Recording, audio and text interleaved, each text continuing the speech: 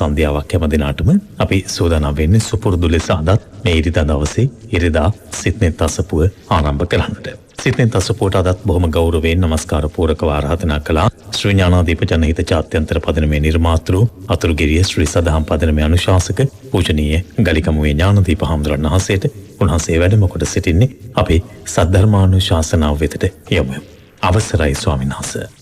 සමන්තා චක්කවාලේසු අත්‍රා ගච්ඡන්තු දේවතා සද්ධම්මං මුනි රාජස් සුනන්තු සග්ග මොක්ඛදං ධම්මසවන කාලෝ අයං බදන්තා ධම්මසවන කාලෝ අයං බදන්තා ධම්මසවන කාලෝ අයං බදන්තා.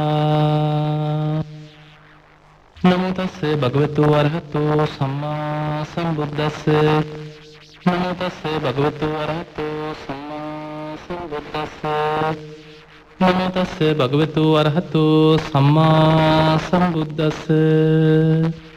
හැම දිනකටම තෙරුවන් සරණ ප්‍රාර්ථනා කරමින් අදත් ඔබ හැම දෙනෙක්ම ඉරිදා ඔබේ ජීවිතයට ධර්ම එකතු වෙන සිත්නෙත් අසපුව උතුම් ධර්ම දේශනාවත් එක්කයි එකතු වෙන්නේ. අද මේ උතුම් ධර්ම දේශනාවේ දායකත්වය බාරගෙන කටයුතු කරන්නේ මාතර වැව හමන්දුව චන්දන නිවසේ පදිංචි චන්ද්‍රා කණ්ඩම්බි මහත්මිය ඇතුළු පවුලේ සියලු දෙනාත්, ඒ වගේම මහයිලු පල්ලම පුලියන් කුලම පදිංචි SMI සමරකෝඩ් මහත්මිය ඇතුළු පවුලේ සියලු දෙනාත් ධර්ම දේශනාවේ දායකත්වය දරන ඒ හැම දෙනාටමත් ඔබ හැම දෙනාටමත් මේ උතුම් ධර්මශ්‍රවණය නිවන් දොරටුවක් බවටම පත්වේවා කියලා අපි මුලින්ම ඔබට ආශිර්වාද ප්‍රාර්ථනා කරනවා.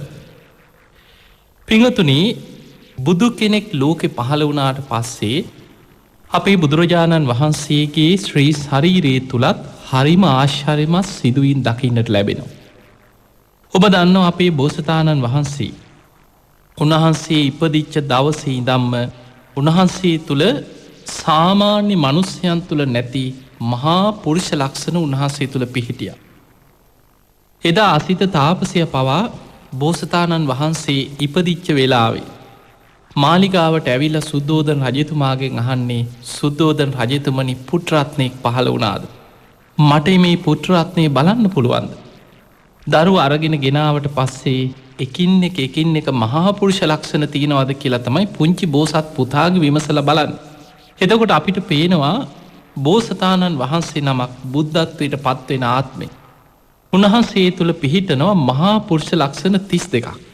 ඒ වගේමයි ධර්මයේ සඳහන් වෙනවා සක්විති රජකමට පත්වෙන, සක්විති රජකම ලබන සක්විති රජ කෙනෙක් තුලත් මහා පුරුෂ ලක්ෂණ 32ක් ඒ ආකාරයෙන්ම පිහිටනවා. මේ මහා පුරුෂ ලක්ෂණ අතර සක්විති රජ කෙනෙක්ගේ යම් පුංචි වෙනසක් පිහිටනවා. අනෙක් සියලු මහා පුරුෂ ලක්ෂණ සමානයි.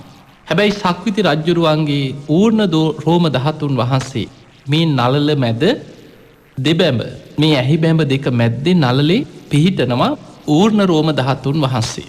මේ ඌර්ණ රෝම ධාතුන් වහන්සේ කියන්නේ සාමාන්‍යයෙන් ගත්තහම දිග කෙස් ගහක් හා සමානයි. හැබැයි සක්විති රජ කෙනෙක්ගේ වාමාවෘතව කර කැවිලා කෙලවර පහලට හිටින විදිහට තමයි නතර වෙලා තියෙන්නේ. සක්විති රජ්ජුරුවන්ගේ රත්තරම් පාට තමයි මේ ඌර්ණ රෝම ධාතුන් වහන්සේ පිහිටලා තියෙන්නේ.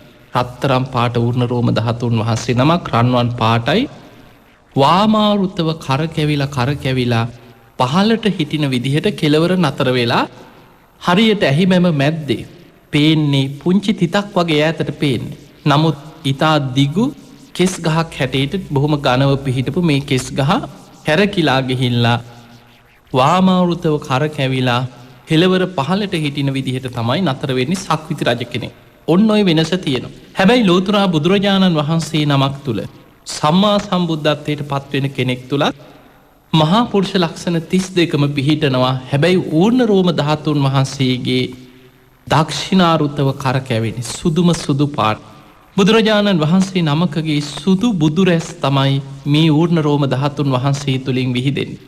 සුදු පාට බුද්ධ රශ්මියක් විහිදෙන සුදු පාට ඇහි බැඹ දෙක මැද්දේ මේ නළලි පිහිටන මේ ඌර්ණ රෝම ධාතුන් වහන්සේ දක්ෂිනාරුතව කරකැවිලා කෙලවර ඉහලට හිටින විදිහට තමයි නතර වෙලා තියෙන. මෙන්න මේ වෙනසෙන් තමයි එදා නම් තියෙන දවසේ බමුණු 108 දෙනෙක් මේ මහාපුරුෂ ලක්ෂණ පරීක්ෂා කරලා හැමෝම ඇඟිලි දෙකක් උස්සල තමයි කියා හිටියේ මේ කෙනා ගිහි ජීවිතේ හිටියොත් නම් ඒ කාන්තිම සක්විති රජ වෙනවාමයි. ගිහි ජීවිතය අතහැරියොත් ලෝතුරා බුද්ධත්වයට පත්වෙනවා කියන කාරණේ අනික් බමුණු හැමෝම කියා හිටිය. හැබැයි මේ මහා පුරුෂ ලක්ෂණ ගැන පරතරට හොඳ දැනුමක් තිබ්බ කෙනෙක් තමයි එදා මේ බමුණු 108 දෙන අතර හිටිය ලාබාලම කෙනක් කොන්නයි. ඔහු හොඳට විමසලා බැලුවේ අනික් ලක්ෂණ සියල්ල එක වුණත් ඌර්ණ රෝම ධාතුන් වහන්සේ තුළ වෙනසක් තියෙන්නට ඕන. අන්නේ ඌර්ණ රෝම ධාතුන් වහන්සේ ගැන බලනකොට පුංචි බෝසත් පුතාගේ වුණත් දක්ෂිනාරුතව කරකැවිලක් කෙලවර ඉහලට හිටින විදිහට නතර වෙච්ච මේ ඌර්ණ රෝම ධාතුන් වහන්සේගේ වෙනස හොඳින් හඳුනාගත්තා. ඒ අඳුනගෙන තමයි එක ඇඟිල්ලක් උස්සලා ඒකාන්තෙම කියා හිටියේ මේ කෙනා නම් ගිහි ජීවිතේ රැඳෙන කෙනෙක් නෙමෙයි.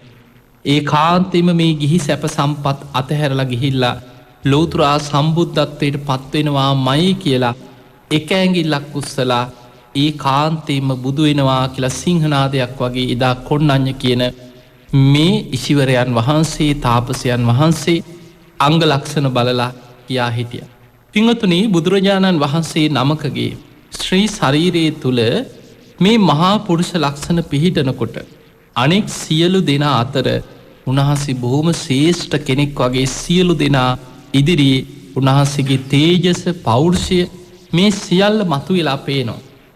ඒ විතරක් නෙමෙයි, බුදුරජාණන් වහන්සේ නමක් උන්වහන්සේ සිනහ පහල කරන දැන් බුදුරජාණන් වහන්සේගේ දන්ත ධාතුන් වහන්සේලා ගත්තොත් සාමාන්‍ය මිනිස්සෙගේ දත් ගත්තොත් සාමාන්‍යයෙන් අපි දන්නවා දත් 32ක් සාමාන්‍ය මිනිස්සෙක් තුල පිහිටන්නේ දත් 32ක් වගේ ප්‍රමාණයක්. අපි ගමු නල දත් දෙකක් ආවා කියලා. ඒත් උපරිම 34ක් වෙයි.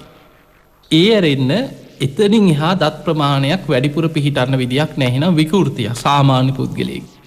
හැබැයි බුදුරජාණන් වහන්සේ නමක් තුල ලෝතුරා බුදුරජාණන් වහන්සේ නමක් බවට පත්වෙන මේ මහා පින්වන්ත කෙනෙකුගේ මහා පුරුෂ ලක්ෂණයක් හැටියට පිහිටනවා සම චත්තාරීසක දන්ත ධාතු කියන. උන්වහන්සේගේ මේ දන්ත ධාතුන් වහන්සේලා 49ක් පිහිටනවා. ඒ සියල්ල සමාන. දැන් අපි ගත්තාම සාමාන්‍ය මිනිස්සෙගේ කෘන්තක, රදනක, පුරස්චාරක, චාරක කියලා අපි එක එක නම් වලින් හඳුන්වන්නේ. ඒ එක එක දත් එක එක හැඩයෙන් යුක්තයි. සමහර දත් තියෙනවා ඉදිරිපස දත් එක හැඩයක්, ඊළඟට මැද පැත්තට යනකොට වෙනම හැඩයක්, හක්කේ දත් තව විදිහක්. එතකොට එක එක දත් එක එක හැඩයට පිහිටන. හැබැයි බුදුරජාණන් වහන්සේ නමකගේ සමදන්ත මේ දත් ඔක්කොම එක සමාන ප්‍රමාණයෙන් යුක්තයි. අවිවර දන්ත ඒකත් මහා පුරුෂ ලක්ෂණයක්. ඒ දත්වල විවර සිදුරු නෑ. දත් එක පිට එක පැනලා නෑ. ඒ දත් සියල්ල මුඩු ඇන්දේ දන්ත ධාතුන් වහන්සේලා 29යි, යටි ඇන්දේ දන්ත ධාතුන් වහන්සේලා 29යි. මේ දන්ත ධාතුන් වහන්සේලා සියල්ල එක ප්‍රමාණයෙන් බොහොම ලස්සනට පෙළට පිහිටලා තියෙනවා. හැබැයි ඒ අතර සතර දළදා කියලා හඳුන්වනවා. අපි කියන්නේ රදනක දත් කියලා. සාමාන්‍ය ව්‍යවහාරේ කියනවා දඩයන් දත්, උල් දත්, රදනක දත්. ඔය නම් වලින් හඳුන්වන උඩු ඇන්දේ දෙනමකුත් යටි ඇන්දේ දෙනමකුත් වශයෙන් දත් 4ක් සාමාන්‍ය කෙනෙකුට පිහිටනවා. බුදුරජාණන් වහන්සේගේ මේ සතර දළදා අපි හඳුන්වන්නේ සතර දළදා වහන්සේලා කියලා. මේ දන්ත ධාතුන් වහන්සේලා 4 නම. අනෙක් සියලු දන්ත ධාතුන් වහන්සේලාට වඩා මේ සතර දළදා වහන්සේලා විශේෂයි ලෝතුරා බුදු කෙනෙක් තුළ. ඒකට හේතුව බුදුරජාණන් වහන්සේ සිනහ පහල කරනකොට මේ දත් අගින් සුදු පාට බුද්ධ රශ්මියක් විහිදෙනවා. බුදුරජාණන් වහන්සේ දහම් දෙසනකොට සතර දළදාවන්ගේ අක විවර වුණොත් ඒ අතර සුදු බුදු රැසක් දත් අගින් විහිදෙනවා.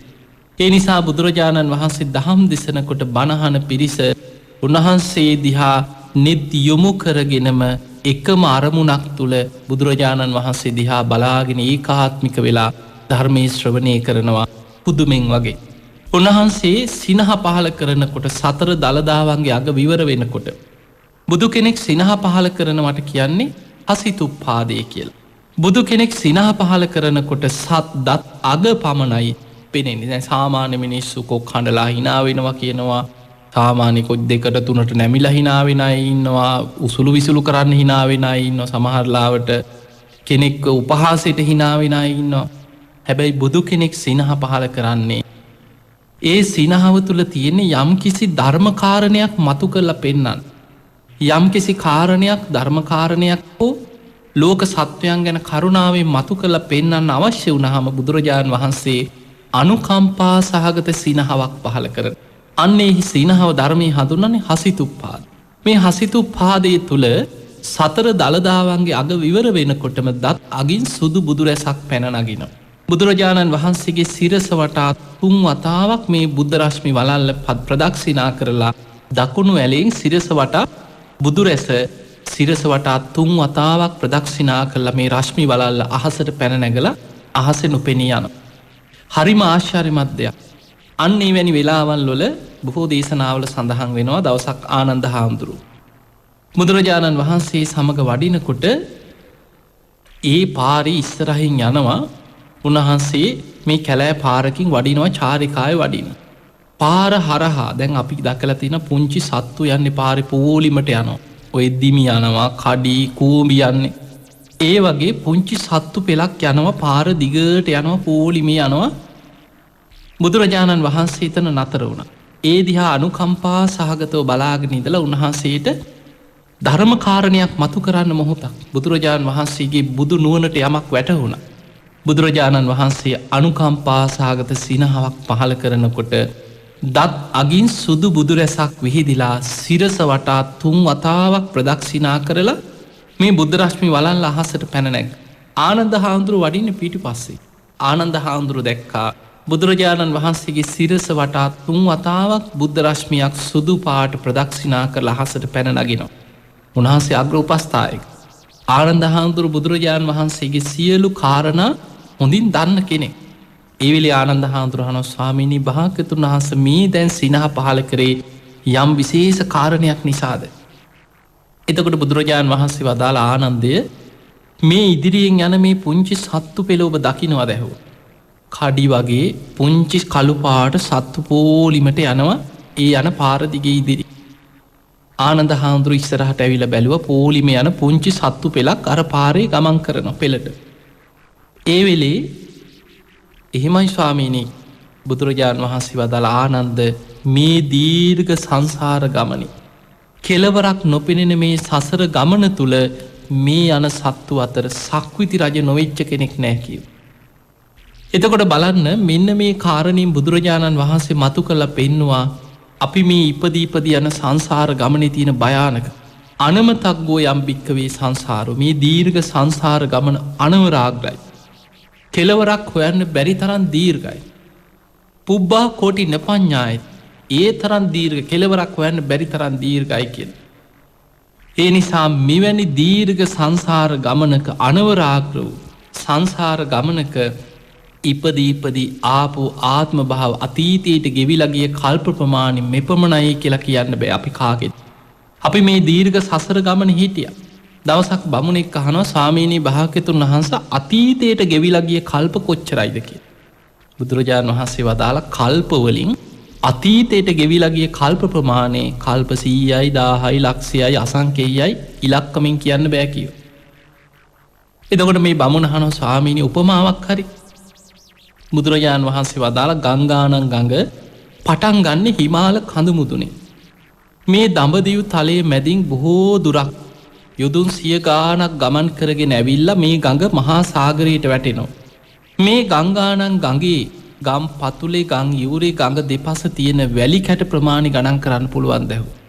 අන්න ඊටත් වඩා වැඩි කියනවා අතීතයට ගෙවිලා ගිය කල්ප ප්‍රමාණි. එතකොට අපිට පේනවා අපි කවුරුත් මේ දීර්ඝ සංසාර ගමනේ කෙලවරක් හොයන්න බැරි තරම් දීර්ඝ සසර ගමනක අපි ඉපදමින් මැරමින් ආපු පිරිසක්. ඒ අතර අපි කවුරුත් අපි ඉපදිලා නැත්ත එකම තැනක විතරයි ඒ තමයි සුද්ධාවාස බ්‍රහ්මලෝක. එහෙ උපදින්නේ අනාගාමි ඵලයට පත්වෙච්ච කෙනෙක් විතරයි. ඒ අය එහෙදිම පිරිනිවන් පානවා මිසක් ආයෙමත් සංසාරයට වැටෙන පිරිසක් නෙමෙයි. හැබැයි අපි ඉපදිච්ච නැති තැනක් නෑ මේ දීර්ඝ සංසාර ගමනි කෙලෙස් සහිත වෙන ගමනි. සතරාපාය මහගෙදර කරගෙන ඉපදී යන ගමනේ අපි ඕන තරම් සක්විති රජවරු වෙලා ඉන්නට ඇත්. දෙතිස් මහා පුරුෂ ලක්ෂණ ඇතුව සක්විති රජවරු වෙලා අපි ලෝකෙ පාලනය කරන්නට ඇති. හැබැයි ඒ සියල්ල ධර්මාවබෝධයෙන් නොලබා හිටපු නිසා අහිමි වුණ. ආයමත් සක්විති රජ වුණත් බුදුරජාණන් වහන්සේ දේශනා කරනවා මහණෙනි සක්විති රජ කෙනෙක් කියන්න. දෙතිස් මහා පුරුෂ ලක්ෂණ ශරීරයෙන් මතු වෙනකම්ම සසරේ බොහෝ කල් පින් කරලා පිනේ විපාකයක් හැටියට තමයි දෙතිස් මහා පුරුෂ ලක්ෂණ ශරීරයෙන් මතුවේ. එතකොට බලන්න ලෝතුරා බුදු කෙනෙක් තුළ ඒ දෙතිස් මහා පුරුෂ ලක්ෂණ ඒ විදිහට පිහිටනවා.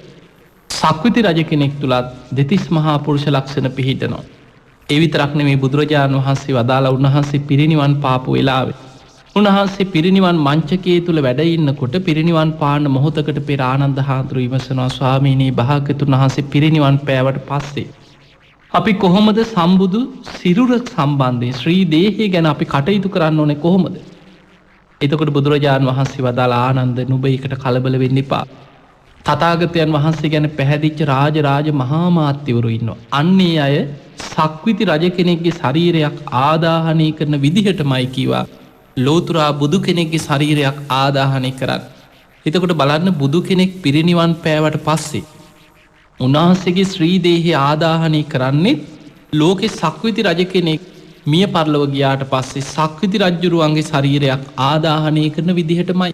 එතකොට බලන්න මහා පුරුෂ ලක්ෂණ 32ක් තියෙන සක්විති රජ කෙනෙකුටත් ලෝතුරා බුදු බවට පත්වෙන බුදු කෙනෙකුටත් ඒ මරණයේදී පවා බුදු කෙනෙක්ගේ ශ්‍රී දේහයටත් සක්විති රජ කෙනෙක්ගේ විදිහටම තමයි ඒ ආදාහන කටයුතු කෙරෙන්නේ. එතනදී බුදුරජාණන් වහන්සේ වදාලා මුලින්ම සඳුන් වතුරෙන් සුවඳ පැන්වලින් ශ්‍රී දේහයේ දෝවනය කරලා අලුත් සිවුරක් අන්දලා ඊළඟට අලුතෙන් සකස් කරගත්ත සිවුරු රෙදි 500කිනුත් කපුපුළුම් පටල 500කිනුත් වෙන වෙනම ඔතන. ඉස්සලා සිවුරක් අන්දනවා ඊළඟට කපුපුළුම් පටලයක් ඔතනවා ආයි සිවුරක් අන්දනවා ආයි කපුපුළුම් පටලයක් ඔතනවා ආයි සිවුරකින් ඔතනවා ආයිමත් කපුපුළුම් පටලකින් ඔය විදිහට 500 වතාවක් අලුත් සිවුරු 500කිනුත් කපුපුළුම් පටල 500කිනුත් ඔතනවා. සක්විති රජ කෙනෙක්ගේ ශරීරයක් ඔතන්නේ අලුත් රෙදි 500කිනුයි කපුපුළුම් පටල 500කිනුයි ඔතනවා. ඔතල රන් දෙනක් තුළ රත්තරන් වලින් සකස් කරපු භාජනයක් තුළ අපි සාමාන්‍ය පෙට්ටියක් කියලා කියමු. ඒ තුල තැම්පත් කරන මේ රන් දෙන පිටින්ම සඳුන් දරවලින් සකස් කරපු සඳුන් චිතකයකට නංවලා සඳුන් චිතකයක තමයි ආදාහනය කරන්නේ. එතකොට බලන්න සක්විති රජ කෙනෙක්ගේ ශරීරයක් ආදාහනය කෙරෙන්නේ එවැනි බොහොම ගෞරවාන්විත ක්‍රමයක. ලෞතර බුදු කෙනෙක් පිරිනිවන් පෑවට පස්සේ බුදුරජාණන් වහන්සේලාගේ සියලු බුදුවරුන්ගේ ශ්‍රී දේහ ආදාහනය කරන්නේ ඒ විදිහටමයි. එතකොට අපිට පේනවා මෙවැනි සක්විති රජකම් කරපු අය එදා ඒ සක්විති රජකම් කරලා සක්විති රජ කෙනෙක් කියන්නේ ඒ සක්විති රජකම තුලත් මහා පිනක් කරගන්න කෙනෙක්. බුදුරජාණන් වහන්සේ දේශනා කරනවා මහණෙනි සක්විති රජුරවන්ට සත්ව රත්නයන් පහළ වෙනවා. ඒ අතර සක්විති රජුරවන්ට පුණ්‍ය බලයෙන් සිවුරංග සේනාවක් පහළ වෙනවා. අහසින් යන්න පුළුවන් චක්‍ර රත්නයක්, හස්ති රත්නයක්, අස්ව රත්න පහළ වෙනවා. සක්විති රජ්ජුරුව සේනාව සමග අහසින් ලෝකෙ වටේම ගමන් කරනවා. තමන් හිතන දිසාවට අහසින් යන්න පුළුවන් කෙන සිවුරඟ සේනා පිරිවරාගෙන. කිසිම දඬු මුගුරක් අවියාවිදයක් නැතුව ලෝකෙම ඉන්න අය සක්විති රජ්ජුරුවන්ට යටත් වෙනවා. හැබැයි සක්විති රජ්ජුරුව ලෝකෙට අනුශාසනා කරන්නේ පන්සිල් රකින්න. ප්‍රාණඝාතයෙන් වළකින්න, හොරකමෙන් වළකින්න, වැරදි කාම සේවනයෙන් වළකින්න, බොරුවෙන් වළකින්න, මත්පැන් මත්ද්‍රව්‍ය වලින් වළකින්න.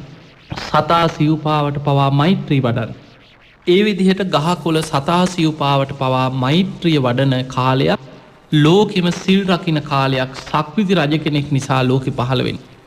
ඒ නිසායි බුදුරජාණන් වහන්සේ දේශනා කරන්නේ තූපාර පුද්ගලයන් අතර චෛත්‍ය ඉදි කරලා වන්දනා කළ යුතු පුද්ගලයෝ අතර සක්විති රජුරුව වෙනුවෙන් චෛත්‍ය ඉදි කරලා වන්දනා කරන්න සුදුසුයි කියලා. දැන් බලන්න බුදුරජාණන් වහන්සේ පිරිනිවන් පාන්න යන වෙලාවේ ආනන්ද හාමුදුරන් දේශනා කරා ආනන්ද තූපාර පුද්ගලයා චෛත්‍ය ඉදි කරලා වන්දනා කරන්න පුළුවන් පුද්ගලයෝ ඉන්නවා. ලෞතර බුදුරජාණන් වහන්සේ නමක් පිරිනිවන් පෑවට පස්සේ උන්වහන්සේගේ ශ්‍රී දේහය ආදාහනයෙන් පසු ඉතිරි වෙන 13 වහන්සේලා තැන්පත් කරලා චෛත්‍ය ඉදි කරලා වන්දනාමාන කරන්න සුදුසුයි. ඒ වගේමයි මහරහතන් වහන්සේලා පිරිනිවන් පෑවට පස්සේ ඒ මහරහත් 13 වහන්සේලා තැන්පත් කරලා චෛත්‍ය ඉදි කරලා වන්දනා කරන්න සුදුසුයි. ඊළඟට පසේ බුදුරජාණන් වහන්සේලා බුද්ධ ශූන්‍ය කාලවල තමයි පසේ බුදුරු වැඩයින්. ඒ පසේ බුදුරජාණන් වහන්සේලා පිරිනිවන් පෑවට පස්සේ උන්වහන්සේලා වෙනුවෙනු චෛත්‍ය ඉදි කරලා වන්දනා කරන්න සුදුසුයි කියෙන්. ඊළඟට දැන් බුදු පසේ බුදු මහරහත් කියන්නේ ඒ සියලු දෙනාම නිකලෙස් උත්තමයන් වහන්සේලා. හැබැයි බුදුරජාණන් වහන්සේ වදාලා සක්විති රජ කෙනෙක් වෙනුවෙන්. හැබැයි සක්විති රජ්ජුරුව කියන්නේ කෙලෙස් සහිත කෙනෙක්. හැබැයි සක්විති රජ්ජුරුව මුළු ලෝකෙටම යහපතක් කරන කෙනෙක්. ලෝකෙටම පංචසීලෙන් අනුශාසනා කරලා ලෝකයක්ම සිල්වත් කරන්න මහන්සි ගන්න අහසින් ගිහිල්ල ධර්මිෂ්ටෝ මුළු ලෝකෙ පාලනය කරන මහා පින්වන්ත කෙනෙක්. දෙතිස් මහා පුරුෂ ලක්ෂණ ඇති සක්විති රජ්ජුරුවෝ මිය පරලොව ගියාට පස්සේ සක්විති රජ්ජුරුව වෙනුවෙනු චෛත්‍ය ඉදි කරලා වන්දනා කරන්න සුදුසුයිකෙන්. එතකොට බලන්න ඒ වගේ සක්විති රජකං කරපු අය ලෝකයේ අපි අතර පිත් ඕන තරන් සක්විති රජවරු වෙලා ඉන්න. එතකොට බලන්න එදා බුදුරජාණන් වහන්සේ වඩිනකොට දැක්කේ. මේ කැලේ තිරිසං අපා ඉපදිච්ච පුන් තිරිසං සත්තු පෙලක් යනො. ඒ සත්තු අතර බුදුරජාණන් වහන්සේ වදාළ ආනන්ද මේ අතර සක්විති රජ නොවෙච්ච කෙනෙක් නෑ කියෝ. එතකොට බලන්න ඊට පෙර සසරේ සක්විති රජකං කරලා සේනා පිරිවරාගෙන අහසින් ගිහිල්ල. මිය පරලෝගයාට පස්සේ බොහෝම ගෞරවාන්විත ආදාහනය කරලා මිනිස්සු චෛත්‍ය ඉදි කරල පවා සක්විති රජ්ජුරුවන්ට වැඳපු අය. ආයමත් ඒ පිනෙන් සක්විති රජ්ජුරුව මරණින්මත් ඒ කාන්තෙන් දිවිය ලෝක උපදි නොඊළඟාත් අර රැස්කරගත්ත පින් නිසා. හැබැයි ඒ පින දිවිය ලෝකෙ ගෙවිල අවසන් වෙනකොට සක්විති රජ්ජුරුව මාර්ග පලයක් ලබල නැත්නං ආයමත් වැටෙන්නේ සතරා පාය මහගෙදර කරගෙන යන සංසාර ගමනට. පින ගෙවිල් අවසන් වෙනකොට දෙව්ලොවින් චුත වෙනකොට නිරේට වැටෙන්න්නත් පුළුවන් අකුසලයක් මතුුණු. තිරිසං අපායට වැටෙන්න්නත් පුළුවන් ප්‍රේත ලෝකෙ පහළ වෙන්නත් පුළුව. එතකොට අර සක්විති රජකන්නේ. එතකොට නිරේ වැටුනොත් නිරි සතා. තිරිසල් ලෝකෙ වැටුනොත් තිරිසනා. ප්‍රේත ලෝකෙ වැටුනොත් ප්‍රේතය මනුස්ස ලෝකෙ වැටුණොත් සාමාන්‍ය මනුස්සේ.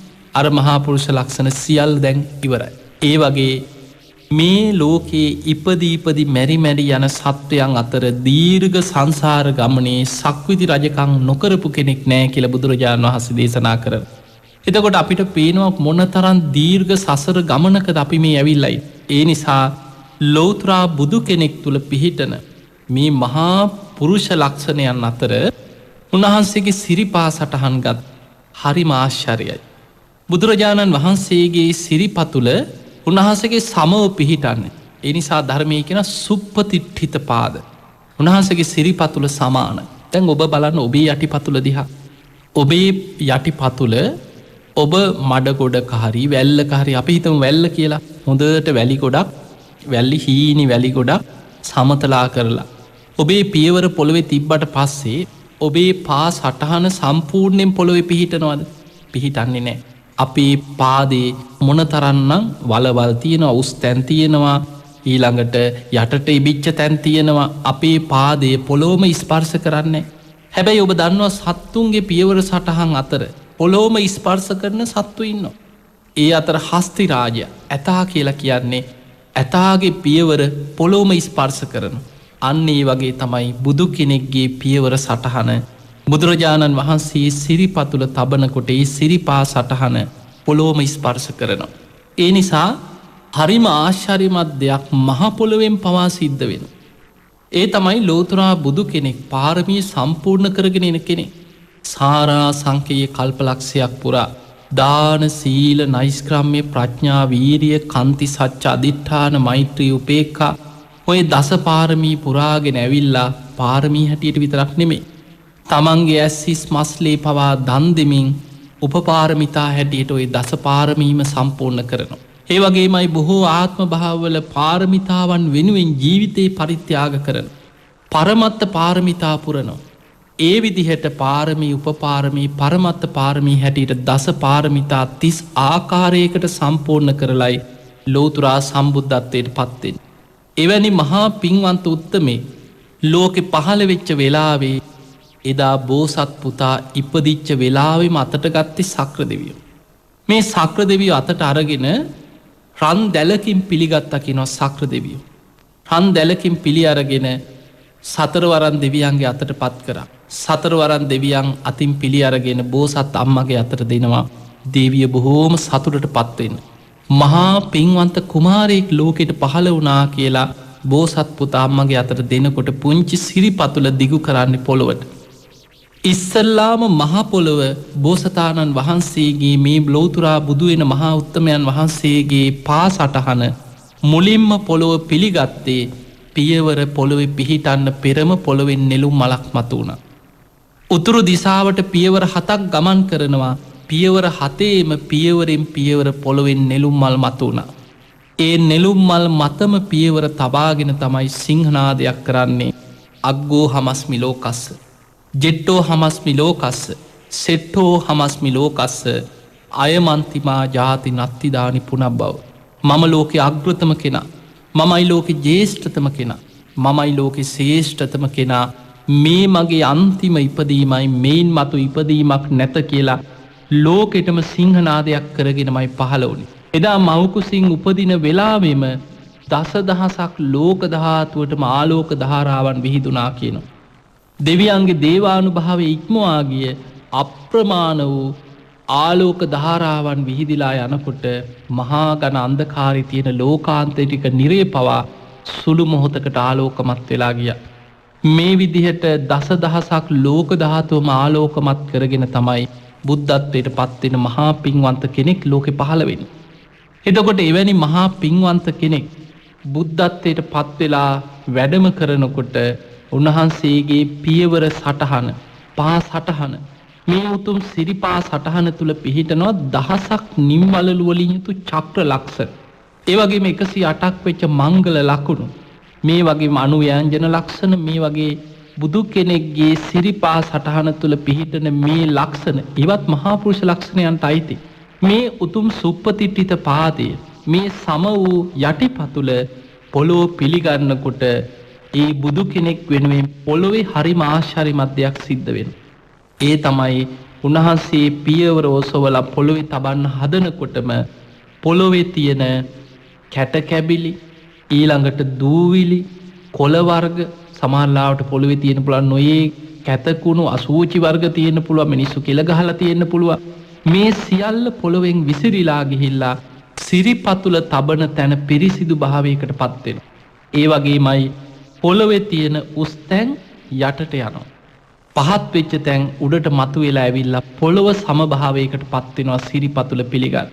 ඒ මත ලෝතුරා බුද්ධත්වයට පත්වෙච්ච බුදුරජාණන් වහන්සේ නමක් පියවර පොළොවේ තබනකොට ඒ පොළොව තුල දැන් අපි නම් සාමාන්‍ය හිතන්න ඔබේ කොච්චර ගල් තැලුම් හටගෙන නැද්ද? උල් ඇනිලා ඇද්ද? කටු ඇනිලා ඇද්ද? සමහරවට ගල් ඇනෙනවා, උල් ඇනෙනවා, කටු ඇනෙනවා. බුදුරජාණන් වහන්සේගේ ඒ උතුම් සිරිපා සටහන පිළිගන්න ඒ පොළොවේ තියෙන කටු ගල් උල් වගේ දේවල් පොළොවෙන් ඉවත් වෙලා හරියට හුළඟකින් විසිරීලා යනවා වගේ සැනින් එතනින් ඉවත් වෙලා පොළොව සම මට්ටමට පත් වෙලා අර උතුම් සුප්පතිට්ඨිත පාදයේ තබන තැන පිරිසිදු භාවයට පත් වෙනවා. ඊළඟ පියවර තබන කොටත් ඒ පියවර ළඟත් ඒ විදිහටම පිරිසිදු භාවයට පත් වෙනවා. හැබැයි බුදුරජාණන් වහන්සේ පාදයේ තබලා ඔසවනකොටම ඉදිරියෙන් පියවර තබන්න අර පිරිසිදු භාවයට පත්වෙච්ච තැන ආයමත් පෙර තිබ්බ විදිහටම සකස් වෙනවා. ඒකත් බුදු කෙනෙක්ගේ අධිෂ්ඨානයක්. ඒ තමයි බුදු කෙනෙක්ගේ පියවර සටහනක් පොළොවේ පිහිටන්නේ නැහැ. බුදුරජාණන් වහන්සේ අධිෂ්ඨාන කරලා පිහිටෙව්වොත් මිසක් බුදු කෙනෙක්ගේ පා සටහනක් පොළොවේ පිහිටන්නේ නැහැ. ඒකට හේතුව තමයි බුදුරජාණන් වහන්සේගේ අධිෂ්ඨානයක් පවතිනවා. ලෝතුරා බුදුරජාණන් වහන්සේගේ මේ උතුම් පියවර සටහන් සිරිපා සටහන් දහසක් නිම්වලලුව යුතු චක්‍ර ලක්ෂණ ආදී මේ උතුම් සිරිපා සටහන මේ මහ පොළොවත් මත ඇවිදගෙන යන කෙලෙස් සහිත අපාදිපා සිව්පා සත්වයන්ට නොපෑගේවා කියන බුද්ධ අධිෂ්ඨාන. මේ පොළොවේ ඇවිදගෙන යන සත්තු කොච්චර ඉන්නවද? කෙලෙස් සහිත සත්වයන්, තිරිසන් සතුන්, බඩගාගෙන යන සත්තු, අපාදිපා සිව්පා සත්වයන්. මේ සත්වයන්ට බුදු කෙනෙක්ගේ පියවර සටහනක් නොපෑගේවා කියන අධිෂ්ඨානය නිසා බුදුරජාණන් වහන්සේ පොළොවේ සිරිපතුල තියලා පාදයේ උසවනකොටම අර සිරිපා සටහන පොළොවෙන් මැකෙනවා. අර උස් තැන් යටට ගිය තැන් තියෙනවා නම් ආයෙමත් ඒ විදිහට සකස් වෙනවා. ඊළඟට පහත් තැන් උඩට මතුවෙච්ච තැන් පෙර තිබ්බ විදිහටම හැදෙනවා. එතකොට මේ විදිහට පියවරෙන් පියවර බුදු කෙනෙක්ගේ සිරිපා සටහන පොළොව පිළිගන්න ওই විදිහට. දවසක් බුදුරජාණන් වහන්සේ වැඩම කරනකොට ආනන්ද හාමුදුරුව පසුපසින් වඩිනවා. ආනන්ද හාමුදුරුව බලාගෙන ගියා බුදුරජාණන් වහන්සේගේ පියවර සටහන. බුදුරජාණන් වහන්සේ පාදය ඔසවල පොළොවෙන් තියෙනකොටම එතන පිරිසිදු භාවයට පත්වෙනවා. ඒ පියවර සටහන තියන සූදානන් වෙන තැන තියෙන කටු කැබිලි වලවල් එතන තියෙන දූවිලි එතන තියෙන නොයෙක් උල්වර්ග කැට කැබිලි ඔක්කොම එතනින් ඉවත් වෙලා පොළොව පිරිසිදු වෙලා පොළොව සමමට්ටමට සකස් වෙනවා සිරිපතුල තබන තැන. ආයමත් බුදුරජාණන් වහන්සේ ඉදිරියට වඩිනකොට එතන පෙර තිබූ විදිහටම සකස් වෙනවා. ආනන්ද හාමුදුරුව මේ දිහා බලලා සාදුකාර දීලා කියනවා ස්වාමීනී භාග්‍යවතුන් වහන්සේ හරිම ආශ්චර්යයි. හරිම අද්භූතයි. බුදුරජාණන් වහන්සේ නමක්ගේ සිරිපතුල පිළිගන්න මේ සිත්පිත් නැති මහ පොළොව පවා බුදු කෙනෙක්ගේ සිරිපතුල පිළිගන්නේ පොළොව පිරිසිදු භාවයට පත්වෙමින්. ඒ වගේමයි පොළොවේ තියෙන උස්තැන් පහත් වෙලා පොළොව සම මට්ටමට පත්වෙනවා. බුදු කෙනෙක් තුළ මොනතරම් ගුණයම් පවතිනවද කියලා ආනන්ද හාමුදුරුව සාදුකාර දෙනකොට බුදුරජාණන් වහන්සේ තමන් වහන්සේ පෙර සසරේ කරපු පින්කම් ඒ කරපු පිනේ විපාකයකින් කියනම් මෙවැනි මහාපුරුෂ ලක්ෂණ ඇතුව ඉපදුනේ කියලා බුදුරජාණන් වහන්සේ ඒ සුප්පතිට්ඨිත පාදයක් ලබන්නත් දහසක් නිම්වලලුවරිතු චක්‍ර ලක්ෂණ පිහිටන්නත් උන්වහන්සේ දීර්ඝ සංසාර ගමනය කරපු පින ගැන බුදුරජාණන් වහන්සේ දේශනා කරමින් දහම් දෙසනවා. එතකොට අපිට පේනවා බුදු කෙනෙක්ගේ පියවර සටහන කියන්නේ මොනතරම් පූජනීයයි. හැබැයි පින්වතුනි ඒ පියවර සටහන පොළොවේ පිහිටන්නේ බුද්ධ අධිෂ්ඨානයක් තිබුණොත් විතරයි. හැබැයි ඔබ අහලා ඇති මාගන්දියා. මාගන්දියාගේ අම්මයි තාත්තයි මාගන්දියාවට සුදුසු ස්වාමියෙක් සැමියෙක් හොය ඇවිද හිටපු කාලයක් තිබුණා. අපේ බුදුරජාණන් වහන්සේ දා උදෑසන මහා කරුණා සමාපත්තියේ ලෝකෙ දිහා බලනකොට කාටද අද මම පිහිට වෙන්නේ? කවුද අද ධර්මාවබෝධය ලබන පින්වන්තම කෙනා කියලා බුදුවැසින් බලනකොට දකින්නේ මාගන්දියාවගේ අම්මා තාත්තා දෙන්නට සෝවාන් වෙන්න පිනක් තියෙනවා. ඒ නිසා බුදුරජාණන් වහන්සේ උදෑසනම ඒ දෙමව්පියෝ දෙන්න ඉන්න ඒ ගමට වැඩම කරා. හැබැයි ඒ නිවස අසලී ඉඳන් බුදුරජාණන් වහන්සේ වඩිනකොට එතනදී උන්වහන්සේ අධිෂ්ඨානයක් පිහිටෙව්වා. ඒ පියවර සටහන් බුදුරජාණන් වහන්සේගේ පා සටහන් සුළු මොහොතක් පොළොවේ පිහිටාවා කියලා අධිෂ්ඨාන කරලා බුදුරජාණන් වහන්සේ ඒ නිවස ඉදිරියේ ඉඳන් ටික දුරක් වැඩම කරලා ගහක් යට බුදුරජාණන් වහන්සේ වැඩ හිටියා. අර අම්මා තාත්තා හැම වෙලෙම දැන් හිත ඉන්නේ අනේ අපේ එකම දුව බොහොම ලස්සන දුව හොඳ ස්වාමියෙක් හොයලා දෙන්න ඕනේ. අපි දෙන්නත් පයිසට ගිහිල්ලා මැරුණට පස්සේ මේ දරුවා අසරණ වෙනව නේද? රැකවරණයක් නැති වෙනව නේද? ඕවා හිත එළියට ඇවිල්ලා බලනකොට මිදුලේ තියෙනවා පියවර සටහන් ටිකක්. මේ දෙමව්පියෝ දෙන්නම හොඳ උගත්. ඒ කාලේ තිබුණා අංග ලක්ෂණ ශාස්ත්‍රය කියලා. මේ අංග ලක්ෂණ ශාස්ත්‍රය දන්න නිසා මේ පා සටහන් දකින්නකොටම හිතුවා මේ පියවර සටහන් නම් බොහොම ශ්‍රේෂ්ඨ පුද්ගලයෙකුගේ විය යුතුයි. හොඳ පින්වන්ත කෙනෙක් වෙන්න ඕනේ. හොඳ දමනයක් තියෙන කෙනෙක් වෙන්න ඕනේ. හැබැයි ලෝතුරා බුදු කෙනෙක්ගේ කියලා හොයාගන්න බෑ. නමුත් හොඳ දමනයක් තියෙන හොඳ සංවර බොහොම ශ්‍රේෂ්ඨ කෙනෙක්ගේ පියවර සටහනක් වෙන්න ඕනේ. මේ අම්මා තාත්තා දෙන්නම ඉක්මනට ඇවිල්ලා පියවර සටහන් දිහා බලාගෙන කල්පනා කරා මෙයා නම් හොඳයි අපේ දුවට විවාහ කරලා දෙන්න. කොහෙටද දන්නේ ගියේ කියලා අර පියවර සටහන් පාගන්නේ නැතුව මේ පියවර සටහන් ඔස්සේම බලාගෙන ගියා පියවර සටහන් කොහෙටද මේ යන්නේ. ඒ පස්සෙන් බලාගෙන යනකොට පියවර සටහන් ගිහිලා අවසන් වෙන්නේ ගහක් යට මෙන්න එතන බුදුරජාණන් වහන්සේ වැඩ ඉන්නවා. හැබැයි දන්නේ නෑ මේ බුදු කෙනෙක්ද ලෞතුරා බුදු කෙනෙක්ද උන්වහන්සේ ගැන මොකුත් දන්නේ නෑ. හැබැයි ශ්‍රමණයන් වහන්සේ නමක් බව පේනවා. ඒ කාලේ ඉතින් නොයේක් විදිහේ ශ්‍රමණවරු ඉඳලා තියෙනවා. මේ අම්මා තාත්තා දෙන්නම ඉස්සරහින් වාඩි වෙලා කියනවා ඔබ කවුද? ඔබ ශ්‍රමණ ජීවිතයක් ගත කරන කෙනෙක් නේද?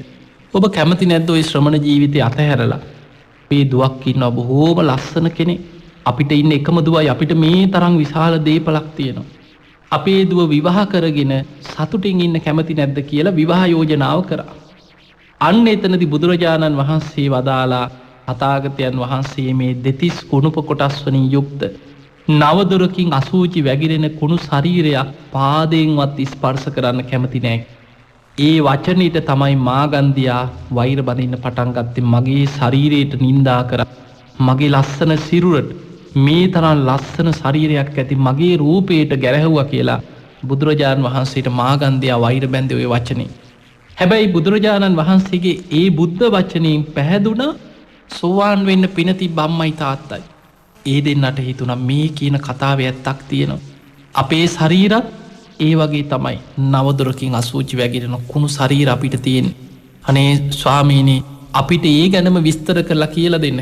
බුදුරජාණන් වහන්සේ ධර්ම දේශනා කරා දේශනාව අවසන් වෙනකොට මාගන්ධයාගේ අම්ම තාත්ත දෙන්නම සෝවාන් ඵලයට පත්තුන්.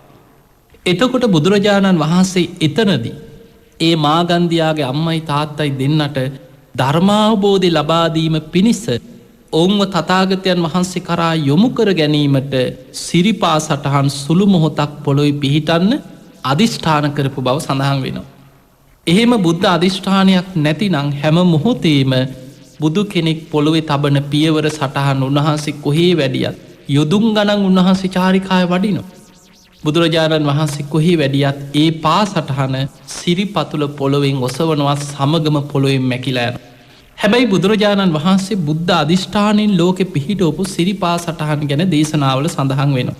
ඒ අතර බුදුරජාණන් වහන්සේ ලංකාවට වැඩම කරනවා අවස්ථාත් තුනක. බුදුරජාණන් වහන්සේ කැලනියට වැඩම කරන ගමන බුද්ධත්වයෙන් 8 වෙනි වර්ෂෙ වෙසක් මාසය තුළ බුදුරජාණන් වහන්සේ කැලනියට වඩිනෝ. බුදුරජාණන් වහන්සේ මනියක්කික නාග රජ්ජුරුවන්ගේ ආරාධනය මත 500ක් මහරහතන් වහන්සේලා පිරිවරාගෙන කැලනියට වැඩම කරලා. මුලින්ම උන්වහන්සේ කැලනි ගඟෙන් පැම් පහසු වෙලා ගඟින් ගොඩට වඩිනකොටම කැලනි ගඟේ හිටිය මේ ගඟට අරක්ගත් කැලනි ගඟෙන් නාගලෝකයට යන තොටු පොලක් ගැන ඉතිහාස පොත්තොර සඳහන් වෙනවා. ඒ නිසා නාගලෝකෙ නාගයන් මේ ගඟෙන් මතු වෙන බවත් ගං යූරට වෙලා නාගයන් නොයෙක් විදිහ මිහිරි ගායනා නාග කන්‍යාවයන්ගේ නැටුම් ගැයුම් ඉතිහාසේ දැකපු අය ගැන ඉතිහාස පොත්තල බොහෝ විස්තර සඳහන් වෙලා තිනවා කැලනිය ගැන සඳහන් වෙන තැන්ව. එදා නාගලෝකෙ නාගයන් මේ කැලනි ගඟෙන් මතු වෙලා බුදුරජාණන් වහන්සේකින් ඉල්ලීමක් කරා ස්වාමීනී භාග්‍යවතුන් වහන්සේ නාගයන් වන අපටත් වැඳුම් පිදුම් කරලා පින් රැස් කරගන්න පූජනීය සලකුණක් පූජනීය දෙයක් අපිට ලබා දෙන්න. ඒ වෙලේ බුදුරජාණන් වහන්සේ කැලනි ගඟෙන් රළෙන් මුවාවන තැන. එහෙමයි සඳහන් වෙන්නේ කැලනි ගඟේ රළෙන් මුවාවන තැන ගම් පතුලේ ගල් තලාවේ සිරිපා සටහනක් පිහිටවනවා. දහසක් නිම් වලලු වලින් තු චක්‍ර ලක්ෂණ 108ක් මංගල ලක්ෂණ අනුව්‍යංජන ලක්ෂණ මේ සියල්ල මේ සිරිපා සටහනේ පිහිටාවා අවුරුදු 5000ක් යනතෙක් නොමැකී පවතිවා කියන අධිෂ්ඨානයෙන් සිරිපා සටහන පිහිටෙව්වා මේ ගල මත. කෙනෙකුට හිතන්න පුළුවන් ගලක් මත කොහොමද සිරිපා සටහනක් පිහිටවන්නේ? දේශනාවේ සඳහන් වෙන්නේ උන්වහන්සේ මැටි පිඩක් මත සිරිපා සටහන පිහිටවනවා වගේ. ඔබ හිතන්න මැටි ටිකක් හොඳට අනලා ඔබ පාදයේ තියලා තද කරොත් මේ මැටි පිඩේ පා සටහන පිහිටනවා. ඒ වගේ බුද්ධ අධිෂ්ඨානයෙන් මේ ගල මතු පිට මැටි පිඩක්සේ මෙලෙක් වෙන අධිෂ්ඨාන කළ තමයි සිරිපා සටහන පිහිටවන්නේ. හැබැයි කැලණී ගඟේ පිහිටවපු ඒ සිරිපා සටහන පිහිටෙව්වේ මනුස්ස ලෝකේ අපිට වඳින්න කරන්න නෙමෙයි නාගයන්ගේ ආරාධනය මත. ඒ නිසා අදත් අපිට ඒ තැන ගැන පොත්වල තිබුණාට අපිට හොයාගන්න බැරි වෙලා තියෙනවා. හැබැයි නාගලෝකේ නාගයන් අදටත් එතන වැඳුම් පිදුම් කරනවා ඇත. ඔය වගේමයි ධර්මයේ සඳහන් වෙනවා දඹදිව නර්මදා නදිය. අපේ බුදුරජාණන් වහන්සේ 500ක් රහතන් වහන්සේලා සමග නර්මදා නදියේ ගම් ඉවුරේ සමාපත්තියෙන් වැඩ හිටියා. මේ නර්මදා නදියට අධිග්‍රෝහිත නාගලෝකේ නාගයන් දිය පාරවල් හරහා ගංගාවල් හරහා තමයි නාගයෝ බොහෝ විට ගමන් කරන්නේ. නාගයෝ එතනදිත් මතුවෙලා බුදුරජාණන් වහන්සේ ප්‍රමුඛ මහරහතන් වහන්සේලාට ගරු සත්කාර කළ වන්දනා කරලා බුදුරජාණන් වහන්සේගෙන් ඉල්ලීමක් කරා ස්වාමීනී භාග්‍යතුන් වහන්සේ අපට වැඳුම් පිදුම් කරන්න පූජනීය සලකුණක් මේ ගම් පතුලේ පිහිටවන්න. නාගයන්ගේ ආරාධනය මත නර්මදා නදී තීරයේ ගල් තලාව මතත් බුදුරජාණන් වහන්සේ ඒ වගේම සිරිපා සටහනක් පිහිටවපු බව ඉතිහාස ධර්ම පොත්වල තියෙන. දහසක් නිම්වලලු ඍතු මේ චක්‍ර ලක්ෂණ ආදී මේ මංගල ලකුණු සියල්ල මේ සිරිපා සටහනේ පිහිටාවා අවුරුදු 5000ක් යනතෙක් නොමැකී පවතිවා කියන බුද්ධ අධිෂ්ඨාන මත ඒ උතුම් සිරිපා සටහන පිහිටවනවා. එතකොට දඹදිව නර්මදා නදියේ පිහිටවපු සිරිපා සටහනත් නාගයන්ගේ ඉල්ලීම මත නාගයන්ට වඳින්න පිහිටවපු දෙයක්. අද අපිට ඒක හොයාගන්නත් නැහැ. දඹදිව කොච්චර සිද්ධාස්ථාන කැණීම් කරලා හෙව්වත් ඒ තැන කොතනද කොහොමද කියලා අද හොයන්න නෑ. හැබැයි පිංහතුනේ බුදුරජාණන් වහන්සේ කැලණියට වැඩම කරලා එදා මනියක්කික නාග රජ්ජුරුව පිළිගන්නපු මිනි පළඟ මත වැඩඉඳලා දහම් දෙසල අවසන් වෙනකොට එදා එතනට වැඩම කරලා හිටියා දෙව්ලොව දෙවියන් අතර දස දහසක් ලෝක දහතුල දෙවියනොත් ඒ වගේම පළවෙනි වතාවේ බුදුරජාණන් වහන්සේ බුද්ධත්වයෙන් 9 වෙනි මාසේ මයංගනයට වඩිනකොට එදා සබරගමුව පාලනය කරපු පාලක රජ්ජුරුව පෙරුමක සුමන නොහොත් සමන් නම් ප්‍රාදේශීය පාලක රජ්ජුරුව දේව ගෝත්‍රයට අයිති මේ රජ්ජුරුව එදා සෝවාන් වෙලා කේශ ධාතු මිටක් ඉල්ලගෙන මයංගන චෛත්‍ය හදපු මේ රජ්ජුරුව බුද්ධත්වයෙන් 8 වෙනි අවුරුද්දේ වඩිනකොට දේවත්වයට පත් වෙලා දිවිය පිරිස පිරිවරාගෙන දෙවි කෙනෙක් හැටියට දෙවියන් පිරිවරාගෙන ඇවිල්ලා කැලණියේදී ආරාධනයක් කරා ස්වාමීනී භාග්‍යතුන් වහන්සේ මම දැන් සිරීපාද කඳු මුදුන විමාන කරගෙන දෙවි දේවතාවරු සමග වැඩයින් දෙවියන් වන අපිටත් වැඳුම් පිදුම් කරන්න ඒ කඳු මුදුනේ පූජනීය සටහනක් පිහිටවන්න. එතකොට සුමන සමන් දෙවියන් ආරාධනා කරේ මිනිස්සුන්ට වඳින්නමත් නෙමෙයි දෙවියන් වන අපිට වැඳුම් පිදුම් කරන්න. ඒ නිසයි බුදුරජාණන් වහන්සේ ඒ තරම් උස් කඳු මුදුනක කඳු මුදුනේ ගල්තලාව මත සිරිපා සටහන පිහිටෙවි. කැලණියෙන් බුදුරජාණන් වහන්සේ ඊළඟට වඩින්නේ 500ක් රහතන් වහන්සේලා පිරිවරාගෙන අහසින් සිරිපාද කඳු මුදුනට සමන්තකෝට පර්වත මුදුනට වැඩම කරලා මේ පර්වත මුදුනි ගල්තලාව මුදුනත් මැටි පිඩක්සේ බුද්ධ අධිෂ්ඨානයෙන් මෙලෙක් වෙන අධිෂ්ඨාන තබල ඒ මත සිරිපා සටහන පිහිටෝනවා දහසක් නිම්වලලු යුතු මේ චක්‍ර ලක්ුණු ආදී මේ උතුම් සිරිපා සටහන අවුරුදු 5000ක් යනතෙක් නොමැකී පවතිවා දෙව්මිනිසුන්ගේ වන්දනා ලබමින් මේ උතුම් සිරිපා සටහන බුද්ධාධිෂ්ඨානය මතම පවතීවා කියලා අධිෂ්ඨාන පිහිටෝනු. පිංහතුනි බලන්න දැන් මිනිස්සු හැමදාම මේ දහස් ගනම් පෝලිමේ සිරිපා වඳින්න යන්නේ.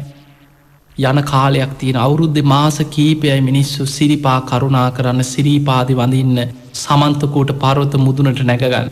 හැබැයි අනිත් කාලෙට අවාරි කියලා මිනිස්සු නොයන කාලේනවා. හැබැයි ඒ කාලවල සමහරලාට එතන මුරකාරය කවරුවර ඉක්කෙනෙ දෙන්නෙක් ඉන්න පුළුව. හැබැයි මිනිස්සු ගියත් නැතත් මිනිස්සු මල් පූජ කරත් නැතත් මිනිස්සු ඇනුම් පිදුම් කරත් නැතත් හැමදාම ඒ භූමිය වන්දනා කරගෙන සාධකාර්දිමින් එතන ආරක්ෂා කරගෙන වැනුම් පිදුම් කරන්නේ දෙවියන්. දෙවියන්ට වඳින්නයි බුදුරජාණන් වහන්සේ උස් කඳුමුදුනක් මත ඒ සිරිපා සටහන පිහිටෙව්. හැබැයි අපිටත් වාසනාවට අමාරුවෙන් හරි නැගගෙන ගිහිල්ලා අවුරුද්ධකට සැරයක් හරි මාස කීපයක් හරි මිනිස්සුන්ට වන්දනා කරන්න අවස්ථාව ලැබෙනවා. එතකොට බලන්න ඒ උතුම් සිරිපා සටහන දෙවියන්ගේ ආරාධනය මත පිහිටෝප සිරිපා සටහන. නැත්තන් කෙනෙකුට හිතෙන්න්න පුළුවන් මහාකාරුණික බුදු කෙනෙ. ඇයි මෙච්චර මිනිස්සුන්ට නගින් අමාරුම කන්දක් උඩ මේ සිරිපා සටහන පිහිටෙවි. අනේ මේ පල්ලෙහා තැනක පහත් තැනක බස්සයකින් ගීල වාහනෙන් බහින තැනකම සිරිපා සටහන පිහිටෙව්වන අපිට ලේසියෙන් වඳන්න තිබ්බනෙක්. හැබැයි දෙවියන්ගේ ආරාධනය මත දෙවියන් අරක් ගත්ත තැනක දෙවියන්ට වැනුම් පිදුම් කරන්න පහසුම තැනක උස්ම කඳුමුදුනක් මත පිහිටෙව්. අපිට අමාරුවෙන් අපි උඩට නැක්ගට දෙව්ලොව ඉන්න දෙවියන්ට අහසේ දම්ම සාධකාර්දමින් මදාරාමල් ලිහින්න පූජා පවත්වන්න වැඳුම් පිදුම් කරන්න දෙවියන්ට හොඳින් දිස්වෙන ඉහළම තැනක තමයි ඒ උතුම් සිරිපා සටහන පිහිටවන්. ඊළඟට ධර්මී සඳහන් වෙනවා අපේ බුදුරජාණන් වහන්සේ බුද්ධත්වයට පත් වෙලා වැඩඉන්නකොට දවසක් උන්වහන්සේ බුදුවැසින් බලනවා කවුද අද ධර්මාවබෝධය ලබන පින්වන්තම කෙන. එදා බුදුරජාණන් වහන්සේ දැක්කත් දම්බදිවම ඉන්නවා සච්ච බද්ධ කියලා තාපසේ 500ක පිරිස පිරිවරාගෙන. එතකොට මේ පිරිස අතර අද ඉන්දියාවේ දකුණු ප්‍රදේශයට එන්න. ඔය ඉන්දියාවේ දකුණු ප්‍රදේශයේ පහලට එන්න තමයි මේ සච්ච බද්ධ පරෝතය තියෙන. අද බොහෝ පිරිසක් එතන වැනුම් පිදුම් කරන්න යන තැන. හැබැයි අද වෙනකොට හින්දු ආක්‍රමණවලට අහු වෙලා හින්දු විශාල කෝවිලක් එතන හදලා ඒ අය පුද පූජා කරන තැන. එදා බුදුරජාණන් වහන්සේ දැක්කා සච්ච බද්ධ කියලා තවුසෙක් 500ක පිරිස පිරිවරාගෙන ඒ කාලෙ නොයෙක් ඇදහිලි කරගෙන තවුස් දම් පුරාගෙන තමන් ශාස්තෘවරයෙක් හැටියට මිනිස්සු අතර පෙනී ඉන්න පිරිසක්. හැබැයි මේ අයට නිවන් දකින්න පින තියෙන. බුදුරජාණන් වහන්සේ වෙලාවේ අහසිම්ම වැඩම කරනවා භික්ෂු සංඝයා පිරිසක් පිරිවරාගෙන සච්ච බද්ධ පරෝතයෙන්. මේ තාපසාරාමයට වැඩම කරලා සච්චබද්ද තාපසය ඇතුළු 500ක් දෙනාට දහම් දෙසනවා. ඒ දේශනාව අහලා අවසන් වෙනකොට මේ සියලු දෙනාම රහත් වෙනවා. බුදුරජාණන් වහන්සේ එහි බික්කු භාවයෙන් පැවිදි උපසම්පදාව ලබා දුන්නා. දැන් සච්චබද්ද මහරහතන් වහන්සේ ඇතුළු 500ක් මහරහතන් වහන්සේලා ඒ භූමියේම වැඩහිටිය දැන් පිරිස රහත් වෙලායින්. ඒ සියලු දෙනාට පැවිදි උපසම්පදාව ලබා දීලා බුදුරජාණන් වහන්සේ බොහෝ කාලයක් එතන වැඩ ඉඳලා ආපහු සැවැත් නුවරට වඩින්න සූදානම් වෙනකොට ඒ දින කීපේම බණහපු ශ්‍රාවකයෝ පිරිස මේ හැමෝම ඇවිල්ලා බුදුරජාණන් වහන්සේකින් ඉල්ලීමක් කරන්නේ ස්වාමීනි භාග්‍යවතුන් වහන්සේ තථාගතයන් වහන්සේ මේ සච්චබද්ද පර්වතයෙන් යොදුන් ගානක් ඈත තමයි සැවැත් නුවර තියෙන්නේ. අපිට නිතර බුදුරජාණන් වහන්සේ දකින්න අවස්ථාවක් ආයි නැති වෙනවා. ඒ නිසා අපිට බුදුරජාණන් වහන්සේ සිහි කරලා වන්දනා කරන්න පූජනීය සටහනක් පිහිටවන්න. බුදුරජාණන් වහන්සේ වෙනුවෙන් වැඳුම් පිදුම් කරන්න දෙයක් අපට ලබා දෙන්න. ඒ වෙලේ සච්චබද්ද පර්වතයේ බුදුරජාණන් වහන්සේ ඒ පිරිසගේ ආරාධනාව මත සිරිපා සටහනක් පිහිටෝනවා. දහසක් නිම්වලලුව ඉතු චක්‍ර ලක්ෂණාදී ඒ උතුම් සිරිපා සටහන තියෙන ඒ විශේෂ ලක්ෂණ සියල්ල පිහිටෝනවා. මේ උතුම් සිරිපා සටහනත් දෙව් මිනිසුන්ගේ වන්දනා ලබමින් අවුරුදු 5000ක් නොමැකී පවතිවා කෙන බුද්ධ අධිෂ්ඨානය මත.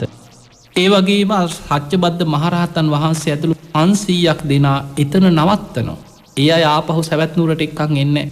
එතනම වැඩඉඳලා එතනම රහත් වෙච්ච මේ 500 දෙනාට බුදුරජාණන් වහන්සේ දේශනා කරනවා මේ ප්‍රදේශයේ පිරිසට අනුග්‍රහ පිණිස ඔබ වැඩඉන්න. ඒ අයටත් මුලමැදාග පිරිසිදු ධර්මීම දේශනා කරන්න ධර්ම ප්‍රචාරය කරන්න කියලා එතන සච්චබද්ද මහරහතන් වහන්සේ ඇතුළු පිරිසට ආරාමයක් හැටියට එතනින් එහාට ඒ භූමිය පවත්වගෙන යනවා ඒ පිරිස.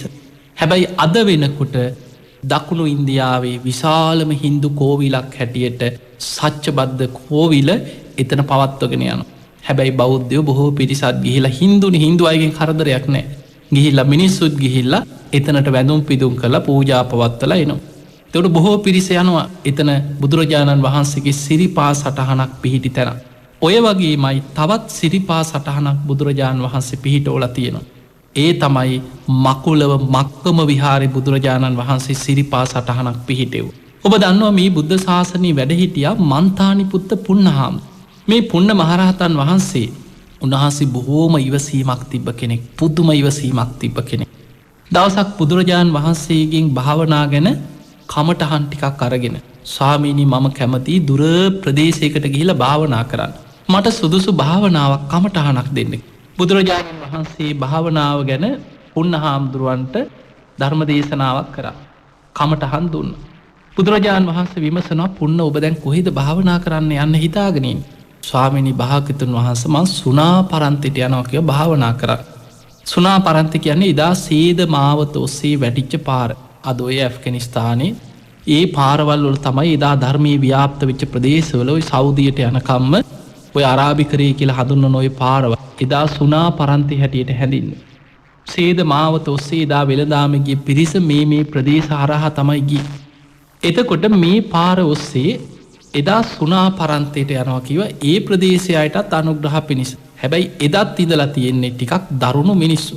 එතකොට බුදුරජාණන් වහන්සේ අහනවා පුන්න ඔය සුණා පරන්ත ප්‍රදේශයේ ඉන්න මිනිස්සු බොහොම දරුණුයි. ඒ අය බොහොම නපුරු පිරිසක්. පුන්න මේ අය ඔබට බොහොම නපුරු විදිහට නින්දා අපහාස කරයි, පණී ඔබට හරියට වචනෙන් හිරිහැර කරයි. එතකොට පුන්නහාඳුරු කියන අනේ ස්වාමීනි එතකොට මං හිතනවා මේ අය බැන්නට ඉතින් කොච්චර හොඳද? මට ගහන්නේ නෑනේ. මට දඬු මුගුරු වලින්, ගල් වලින්, පොළු වලින්, දඬු මුගුරු වලින් මට ගහන්නේ නෑනේ. ඒ නිසා මේ අය කොච්චර හොඳද කියලා මං එහෙම හිතාගෙන මගේ ගුණ ධර්ම මම වඩනවා කියලා. එතකොට බුදුරජාණන් වහන්සේ වදාලා පුන්න බැරි වෙලාවත් ওই දරුණු මිනිස්සු ඔබට වචනින් බැනලා නතර වෙන්නේ නැතුව දඬු මුගුරු වලින්, පොළු වලින් එහෙම ගැහුවොත් එතකොට මං හිතනවා ස්වාමීනි මේ අය ඉතින් ওই දඬු මුගුරු වලින්, පොළු වලින් ගැහුවට ආයුධ වලින්, තියුණු ආයුධ වලින් මට ගහන්නේ නෑනේ. ඒ නිසා ඉතින් කොච්චර හොඳද කියලා මං එහෙම හිතා ගන්නවා කියලා. එතකොට බුදුරජාණන් වහන්සේ වදාලා පුන්න ඔය මිනිස්සු බොහොම නපුරු පිරිසක්. ඒ නිසා ඔය ප්‍රදේශවල මිනිස්සු ඔබට අල්ලගෙන ගල් වලින්, පොළු වලින් ගහලා නතර වෙන්නේ නැතුව තියුණු ආයුධ වලින් ඔබට පහර දුන්නොත් ස්වාමීනි එතකොට මං හිතනවා ඔය ඉතින් පොල්ලකින් ගැහුවා වගේ නෙමෙයි ආයුධයකින් ගැහුවත් මාව මරන්න එකක් නෑනේ.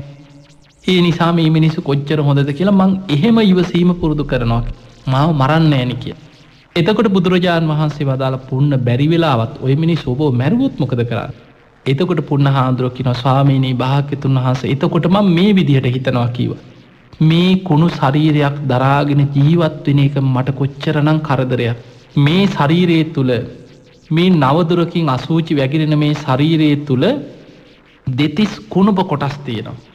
මේ කේස් ලෝම් නිය දත් සම්මස් නහර ආදී මේ ශරීරේ කුණු වෙලා යන පිළිකුල් සහගත කුණු කයක් නේ මං අරගෙන එහාට මෙහාට ඇවිදින්නේ.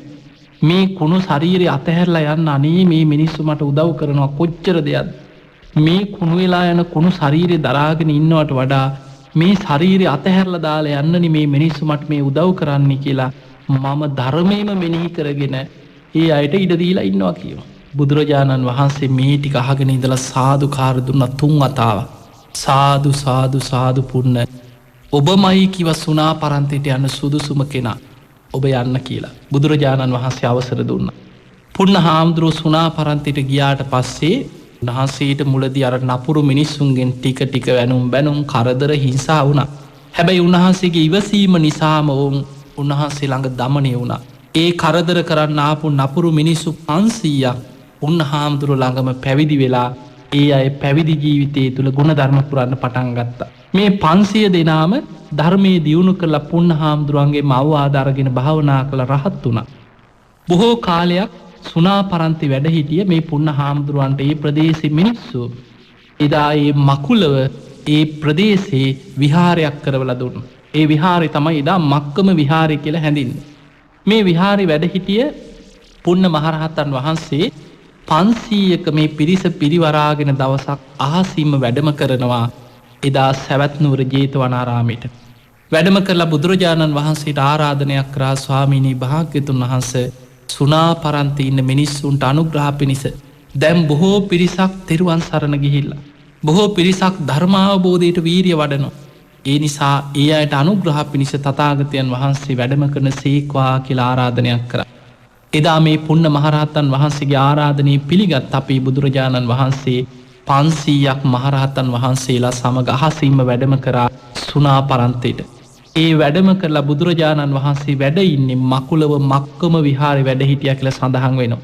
බුදුරජාණන් වහන්සේ මේ මකුලව මක්කම විහාරේ සතියක් වැඩ ඉඳලා ඒ ප්‍රදේශයට අනුග්‍රහ කරලා දහම් දෙසලා බුදුරජාණන් වහන්සේ ආපහු වඩින්න සූදානම් වෙනකොට එදා ඒ ප්‍රදේශෙ හිටිය සද්ධාවන්ත තෙරුවන් සරණ ගිය පිරිස බුදුරජාණන් වහන්සේට ආරාධනයක් කරනවා අනේ ස්වාමීනි භාග්‍යතුන් වහන්සේ මේ ප්‍රදේශයෙන් වැඩියට පස්සේ මේ පලාතම පාළුවට ගියා වගේ අපිට දැනෙනවා. තථාගතයන් වහන්සේ වැඩ ඉන්නේ බොහෝ දුරක යොදුන් ගාණක් දුර. ඒ නිසා අපිට ඒ තරම් දුරක් ඇවිල්ලා බුදුරජාණන් වහන්සේව නිතර දකින්න බණහන්න වාසනාව නැති වෙනවා. නමුත් බුදුරජාණන් වහන්සේ මේ ප්‍රදේශයට වැඩියා මේම වැඩ හිටිය දහම් දෙසුවා කියලා අපිට බුදුගුණ සිහි කරගෙන නිතර වන්දනා කරන්න පුළුවන් පූජනීය දෙයක් අපිට ලබා දෙන්න කියලා ඉල්ලීමක්.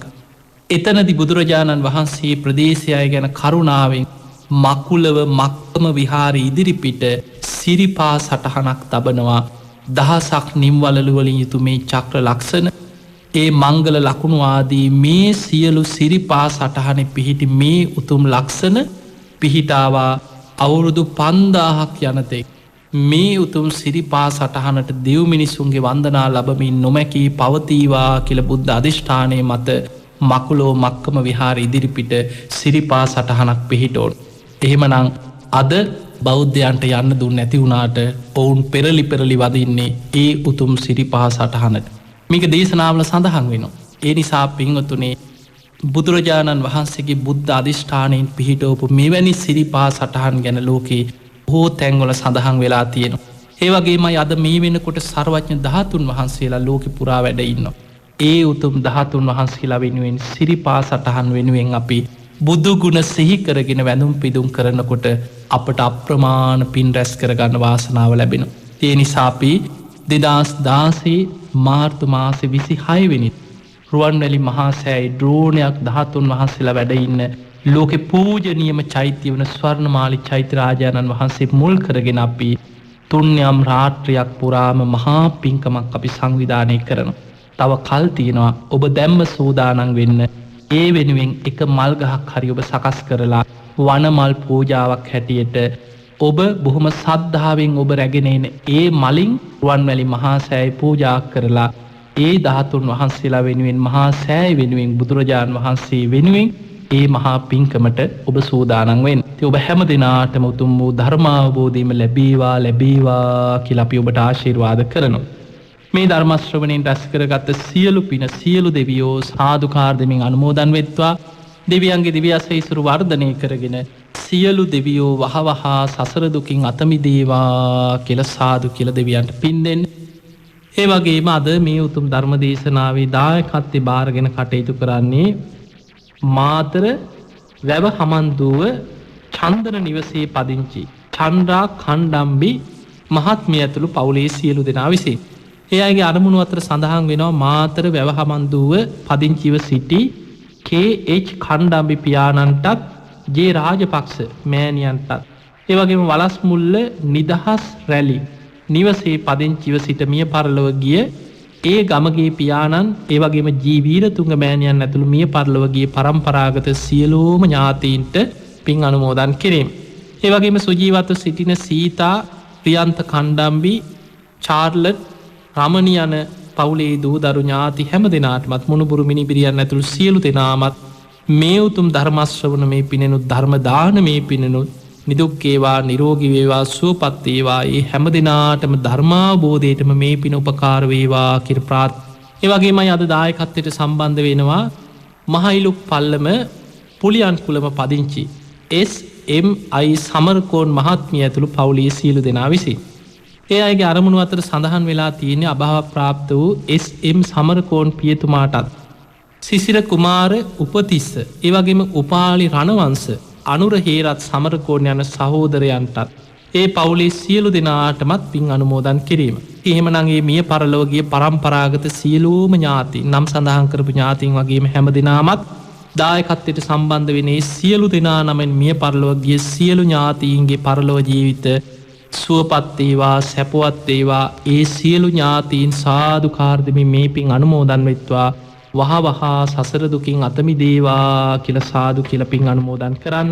ඒ වගේම සුජීවත්ව සිටින වෙත්තසිංහ මෑණියන්ට සහ පවුලේ සුජීවත්ව ඉන්න හැම දෙනාටමත් උතුම් වූ නිදුක් නිරෝගී සම්පන්නිය ධර්මාවබෝධය ලැබේවා කියන ප්‍රාර්ථනාවයි. එහෙමනම් net කාර්ය මණ්ඩලයේ හැම දෙනාටමත් දායකත්වයේ දරුවෝ ඔබේ පවුලේ සුජීවත්ව ඉන්න පවුල්වල හැම දෙනාටමත් ධර්ම ශ්‍රවණය කළ ලක්වාසී ලෝවාසී හැම දෙනාමත් නිදුක් වේවා නිරෝගී වේවා සුවපත් වේවා සියලු දෙවියන්ගේ පිහිට රැකවන්න තුනුරුවන්ගේ ආශිර්වාදය ඔබ හැම දෙනාටම සැලසේවා.